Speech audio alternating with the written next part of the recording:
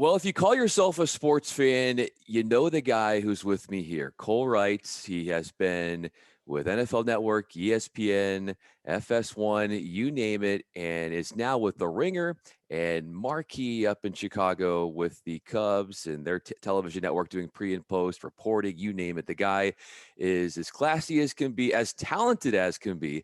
And he joins me today. I'm Bryan Fenley, an anchor at Fox Sports Radio, and this will be a fun opportunity to dive into Cole's career and point out some of the inspiring moments of it, some of the milestones that have been there.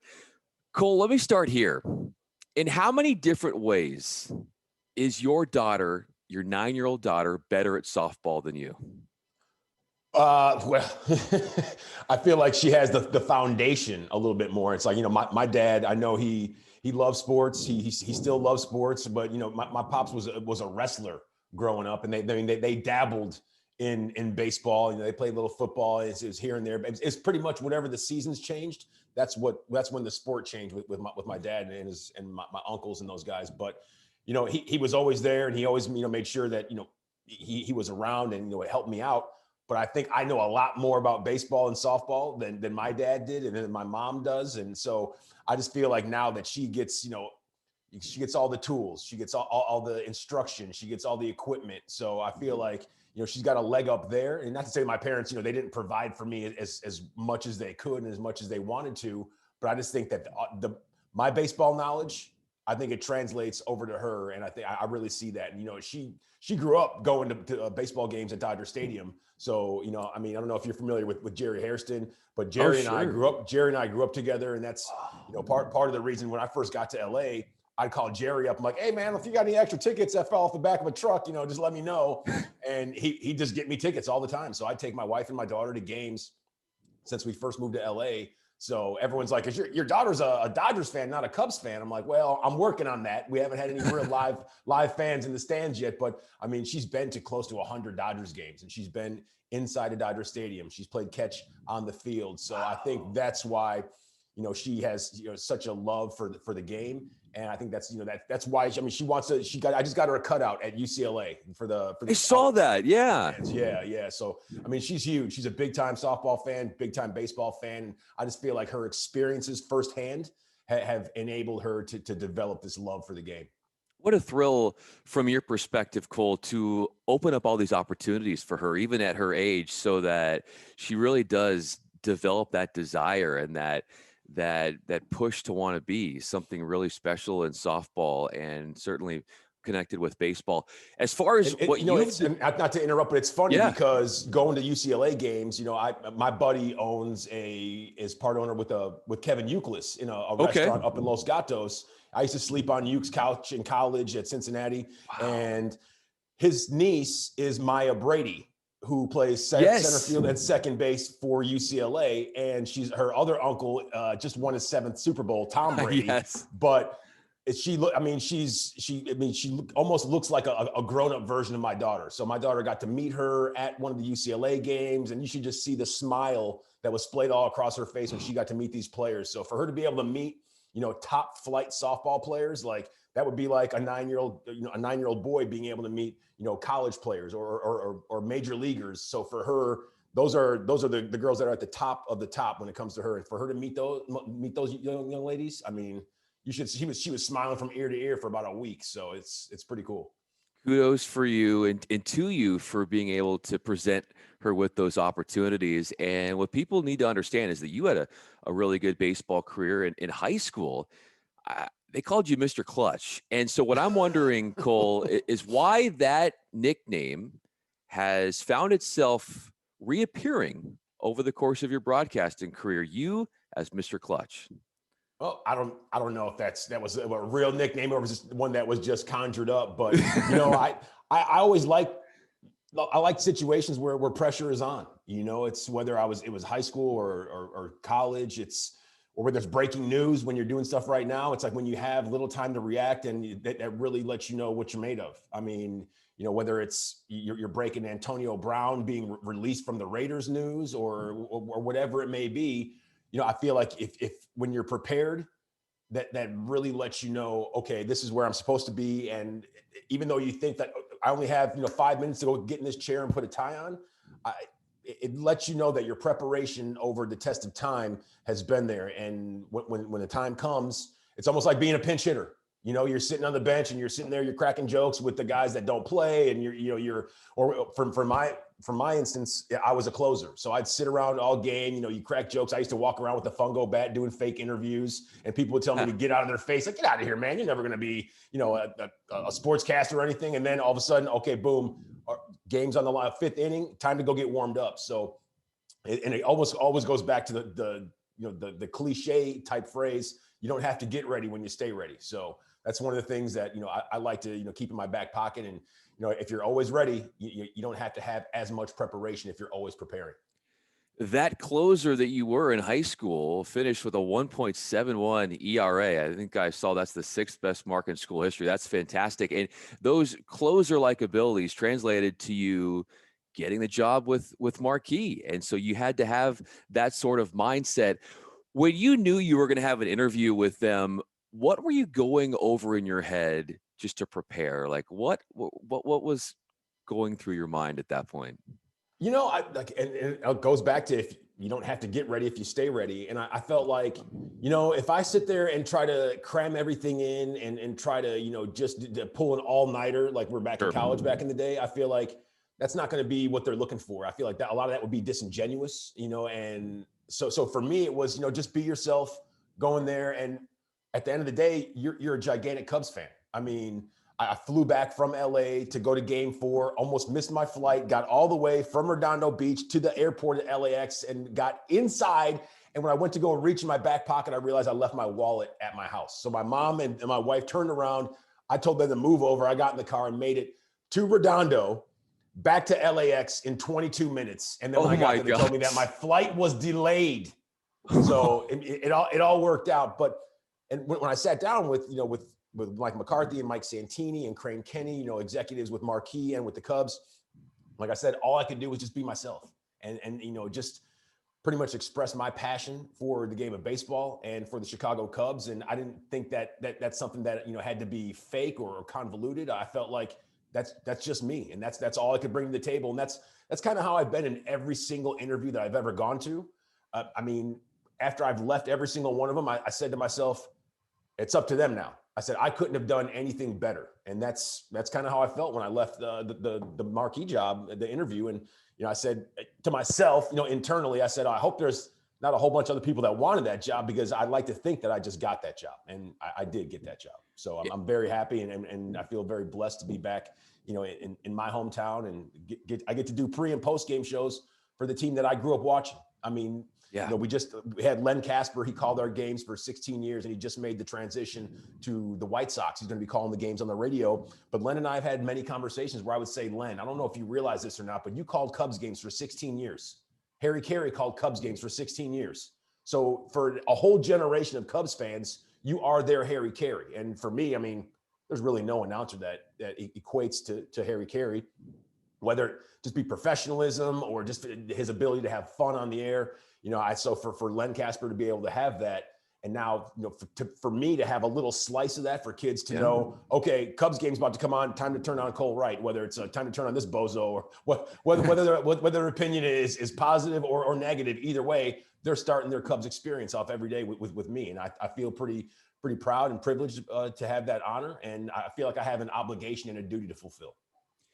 Cole, you have a realness about you. You're very authentic, and everybody that I've talked to in the business, they have wonderful things to say about you based upon how altruistic you can be and your desire to help others. And I find that at times in a business that's very ego-driven and all about me, that it's really neat to see the way in which not only are you such a high performer yourself, but why it means so much for you to help others along the way and support others and be at the aid of others and mentor others. And so where did that desire come from to, as you go up in your journey, to feel that need and that burning desire to want to lift those around you, to make them see what they can out of their dreams in this industry?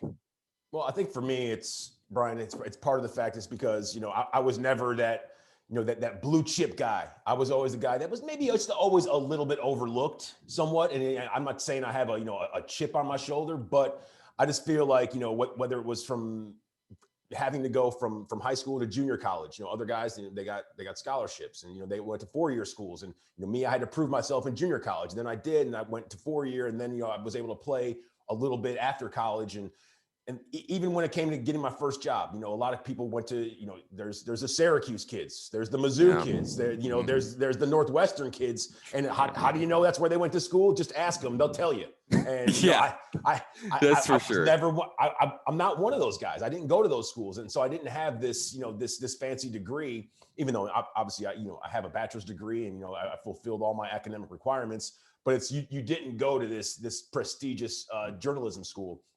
So you have a different way to start. You don't start inside of the top 100. A lot of people that go to those schools do. And I feel like, for me, even when I was at school in Iowa, there were very few people that wanted to get into broadcast journalism. And when we would do different projects, and I would say, okay, I want to get an internship working here, working there. And people be like, what, no, you're going to go on TV? Like, I didn't think that was really, a realistic goal. And so for me, it was always, I don't want to say I wanted to, to satisfy the doubters, but, one thing for me is always, if I had a goal and, a certain benchmark in my mind, I've always wanted to get there. And it's funny because after I left ESPN in 2013, 2014, I was looking back at a text message chain I was sending with one of my guys who went to my high school and now covers the Dolphins for The Athletic. And at this point, he was still in college. And I'm looking at this text exchange. I'm like, gone from ESPN. The Cubs have a new network that's going to be starting in a few years, and the Dodgers just started a new network. I mean, if I can get out at either one of those, that'd be fantastic. As I'm just sitting there texting and not knowing, okay, if you plant those seeds, sometimes they grow. And I didn't even remember writing that. And as I went back, for whatever reason, I went back and looked, and I saw that text message, and to know the fact that I had a chance to work, close to the Dodgers for 2 years, thanks to Jerry Hairston and AJ Ponceglione and everybody over at Spectrum. And now, I get to do the pre and post game shows for the Cubs. And if I wouldn't have had that job with the Dodgers, I would not have this job with the Cubs. Because it's not like the Cubs were going to say, hey, let's just hire a guy from NFL Network who everyone knows as an NFL guy. And, I tipped my cap to Jerry. Jerry and I and his brothers, Scott and Justin, we grew up playing ball together in Naperville, Illinois. And when the position became open with the Dodgers, I said to Jerry, I said, is there any way, I could, maybe get a look? And they said, oh, no, he's just a football guy. And Jerry said, no. He's a baseball guy who talks about football. So he was able, to let them know that he's a baseball guy through and through. So, there's so many people that have, been able to help along the way. And I just feel like for everyone that's helped me out, I feel like, extend that arm for other people, man. And it all comes back around. It really does. So much admire that trait from you. Cole Wright with us. I'm Bryan Fenley. You spoke about when you started your TV run that, you were outside the top 100 as far as TV markets, and you started in San Angelo. Almost outside the top 200. Yeah. What is San Angelo? It's like 196 or somewhere around there. Yeah. And there was also Tyler, Texas. So those are your first two stints. Then you went on to Baton Rouge and then continued to rise from there. But going back to those two first dates with the time you spent in Tyler and San Angelo, what was the most singular, humbling experience of a moment that you had during your time there? I just feel like maybe that's the whole experience. I mean, being on TV and everybody in those small markets, I mean, they think that everybody that's on TV, I mean, they're like, hey, you want to donate here? Give us some money. You're on TV. I'm like, yeah, I'm on TV, but I don't get paid for another week and a half. And in the meantime, I'm going to go to all the minor league games and get all the free food that I can. And then it's like, what do? Do I spend my last $10 today? Do I go play 18 holes because I get paid tomorrow? And then I'll have, I have some change. I can go get CC's. I can go get a CC's buffet. But, when it comes to humbling, it's just, a lot of people that started at that first job with me are no longer in the business. And, Sure. It's, and whether it be because of, their lack of confidence, or just, maybe it was a news director here or there that, that didn't really believe in them. And, maybe they just said, I can't make this amount of money for this many years in a row. And I don't see myself getting to here. And, I always told myself, and one of my coworkers back then. Now he's an anchor now in Kansas City, which he's a tremendous anchor. And, one day I always said, because he had a job right out of college. First week out of college, he was anchoring, a 5, a 6, and a 10 o'clock news. And I told him, I said, I hope I'm not going to be here in San Angelo too long, and I can go here and go there. And they're like, wow, it seems like you're putting the cart before the horse. And I'm like, you know what? You got to go where you got to go if you want to be where you want to be. And I don't want to be in San Angelo, but this is where I have to be if I want to go where I want to go. And ultimately, at that point in time, it was ESPN. And as things changed over the years, it was being able to work in conjunction with a Major League Baseball team, specifically the Chicago Cubs. And that's one of the things that I knew. And just if you're true to yourself and you work hard and you treat people the right way, I feel like good things will happen. And like I said, it does sound cliche, but work hard and be nice. Marty Smith, when the Jack Patterson, the kid that was on Twitter, and he saw Marty Smith, and Marty saw him doing the live shot, and yes, Marty's one of the greatest guys. He's one of the coolest, nicest guys you'll ever want to meet, and that was all as genuine as can be. But when Marty told Jack, and he said, "Work hard and be nice," that's all you have to do. I mean, people will like you, and that's not the reason why you don't work hard and be nice because you want to advance. It's just how you treat people. I mean, why would you treat anyone the other way? I mean, are you going to treat someone like garbage just for no reason? No, you're going to treat people the way you want to be treated. And eventually, I think it comes around. When you look back at your time with FS1, what was the most fun moment of your stint there? There's Fox Sports Live, but the way they had things stacked, it was weird. They do a Fox Sports Live, which was not a show of records. So a bunch of incomplete highlights for an hour. And then they'd have the panel. And then they'd come back on with the show of record, Fox Sports Live, and that would be the show that aired overnight on a loop. So I was doing the panel. A lot of times I would fill in for Carissa. Carissa would be off. I'd do the panel. I know I don't look anything like Carissa, and I'm sure there are a lot of angry viewers out there. However, I did a panel. It was me, Gary Payton, and Randy Moss. Wow. And I don't remember the topic, but it was almost like a comedy sketch because we were having so much fun. And at one point, like GP started laughing and then twirling around in his seat because we had the 360 spindle chairs. And yeah, I mean, just as a kid sitting there, like the kid in me was sitting there thinking like, okay, this is Gary Payton. I mean, like one of the only guys who could put any kind of defense on the Bulls dynasty, even though they didn't come through. The Michael Jordan and the Bulls got the job done, but to be sitting here with Gary Payton and Randy Moss, like no disrespect to Jerry Rice, because Jerry Rice is, technically the GOAT before Tom Brady just took that handle.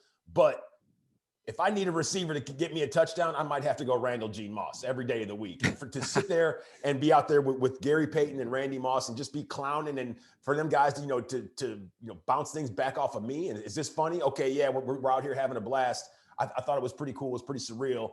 And I feel like when moments like that don't get you a little bit excited, or whether you're covering a big time event and you don't feel that, wow, this is pretty neat, then I feel like it's almost time for you to get out of the business. And that's for anybody that is in this business that doesn't, when things just become mundane, and when you start to complain like, oh, I have to go cover another Super Bowl or another playoff game, then get out. Don't do it anymore, because this is one of the best jobs. To me, this is the best job that you can have. I mean, I have a lot of friends that that they work in accounting, they work in the business world, they own stores.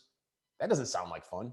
You know what I'm saying? It's like, yeah. I feel like my job is fun every day, and I get to, all you have to do is stay prepared and know what's coming next. And, you can always be ahead of that curve. And, I feel, like I said, I feel very privileged. I feel very blessed, and I just always try to work hard and keep maintaining. I feel that passion from you radiating, and you brought up Jerry Rice and Randy Moss, and those two have been chirping back and forth in the past about which one is better. So yeah. You totally get that. When you were at NFL Network, what was the most eye-opening interview that you conducted with a player during a show where you said to yourself, did he really just say that? I don't know that I really necessarily had any one in particular that just jumped right off the page, but I just know some of the personal interactions that I've had with guys, that are, players or coaches. I just feel like some of the stories they would tell offline, you'd be like, wow, I had no clue that this guy had to deal with this, during his time coming up, whether it was in high school or college or when he first got into the league, if you would have known and they would have peeled back the curtain a little bit, you would have been like, maybe you'd have a different respect for these guys. And I still think if some people knew some of the things that some of these guys deal with, if they knew what went on, I think they would definitely have a newfound respect for these guys. So I don't think there was any one interview in particular, but like I said, I think it's some of the stuff you learn from these guys on a one-on-one, on a personal basis that would really make you realize, like, okay, these guys they're fantastic at football, but they're just regular cats, just like you and I. A greater appreciation for the come up. With you being at the Ringer, how do they allow you the creative freedom to be yourself? And I know you do an NFL show, and I've listened to it with Ryan Shazier and Kalen Jones and being a part of that group. So what is it like being a part of that fabric and the way that you're able to be yourself with that network? I mean, I just think it's fun, and just to be able to go out there and have fun and be genuine. I think that's what people want to hear, and that's what people want to see. I mean, you're not going to tune into someone who sounds like they're extra rehearsed and extra corny, and it sounds like everything is being read off a paper, especially in a podcast format. Mm-hmm. I mean, whether it's scripted television, but maybe, but when you know that things aren't as they appear, if a line of questioning, and rest in peace, Larry King. But Larry King's, that's one of the things. And even sometimes I'm sure you've had it before when you're doing an interview and you have a producer in your ear, and sometimes you either take the earphone out or the IFB out, or you sit there. I always do this. I always flip my ear, which means stop talking to me. I'm not trying to listen to you right now. I'm trying to listen to the person that I'm speaking with. So I ask informed questions, and it's not just like, okay, I have 6 questions. I'm just hitting checkpoints. Boom, boom, boom, boom, boom. I'm listening to what you're saying, and I'm piggybacking off of that. Exactly. That's what Larry King said. And, it's funny because when we were at ESPN, you had to sit through a 3-day class, 8 hours a day on interviewing. And this is after you've already worked there. And you're sitting there thinking, as this person's telling you, okay, I know how to do that, I know how to do that. But then they're telling you about all these different interviewers. And this one person would say that Larry King was a terrible interviewer. Now, take that for what it's worth. I think Larry King was a fantastic interviewer, but this other person that would give you these tips would also give you other interview tips. And you wouldn't really let them sink in until about 3, 4, 5 months after the fact. But then when you're conducting these interviews and you're not asking any open-ended questions, and you're asking questions or why or what or who, I think that really puts things in perspective. But when it comes to a guy like Larry King, he likes to listen. And that's what I like to do. I like to listen and take things away from the person that's speaking to me. Because if I just go into an interview with a whole bunch of formulated questions, then the person that's speaking, they're going to be looking at me like, are you even listening to what I'm saying? Like, exactly. That next question has nothing to do with what I just said. So you always want to keep those streams and keep them coherent, so to speak.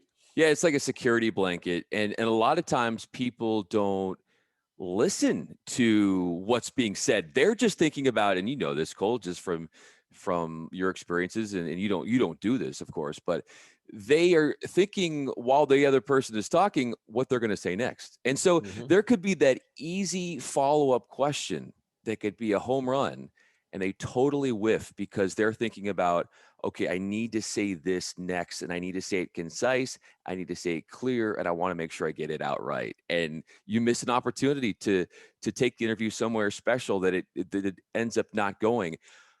When you grade your performance, like an athlete does, they watch tape, they analyze. How often do you go back and watch yourself during a broadcast and say, I like that, or I didn't like that? So how often do you watch yourself? And then when you do, or when you are able to grade yourself, how hard are you on yourself? Well, I used to watch myself when I was younger. I feel like that's when, and I feel like you can always improve. I mean, like my pops always says, and people always say, "Where'd you get that? Where'd you get that phrase from?" I'm like, "I got it from my dad." I'm like, "Where'd he get it from?" And I'm like, "He probably stole it from somebody." But my dad always says, the biggest room in the house is the room for improvement. So, one of the things that I like to do is I don't necessarily watch myself, but I don't have a photographic memory by any stretch of the imagination. But everything that I do, I remember. Like I can go back to a show that I did I mean, a year and a half ago. And if someone were to specifically point out that show, I'm like, I remember that. I misspoke on Kyle Schwarber's last name or something like that. I remember little things like that. Sure. So it's almost like I'm critiquing as we're doing a live show. So I don't really necessarily go back and watch. Like, if say my dad or my mom is at my house or they have something on after I've already taped it and I walk out of my office and it's on in the living room, maybe then I'll sit down for a second and watch. But I don't really watch that much anymore. And I just think I've been doing it now for, enough years where I almost feel like it's weird to watch myself on TV now. It's like, I've kind of found my voice. I've found my, my tempo and everything. So I feel like if I made a mistake, I know where it happened. It's just don't make it again. That's just kind of how I operate. I don't really like to sit around and like, there's so many other good programs on TV. Why would I want to watch myself if I just did it? Well, there's also not too much to critique, if anything, because of your talent. So I don't blame you from the perspective of there's not a whole lot that needs to be changed. Nothing does. Two more questions for you. Cole Wright is with us. I'm Bryan Fenley. What's the best job you turned down? Oof. Or opportunity? Covering an event or something like that? I think I like to think that I made all the right choices in my career because, when I was in Tyler, Texas, as you talked about, I had the opportunity to go, no, that's incorrect. When I was in San Angelo, Texas, and I remember being at the Angelo State Relays where, it was burning hot. And I remember at this point, I was in talks potentially to either go to Augusta, Georgia, to South Bend, Indiana, or to Tyler, Texas. So I said to myself, like, wow, like these are all pretty big. I'm like, I could either go cover the Masters.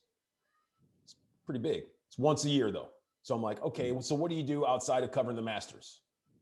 You're going to cover high school football in Augusta, Georgia. You're going to be covering a lot of high school sports because it's not going to be sending you to Atlanta to cover the Falcons and the Braves anytime soon. So that's what you're going to do.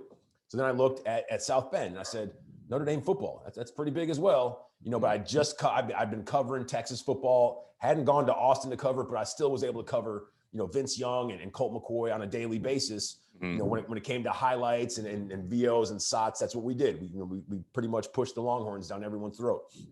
So I could have gone to South Bend or I could have gone to Tyler, Texas. And their enticing point was, we'll send you to Cowboys camp in Oxnard.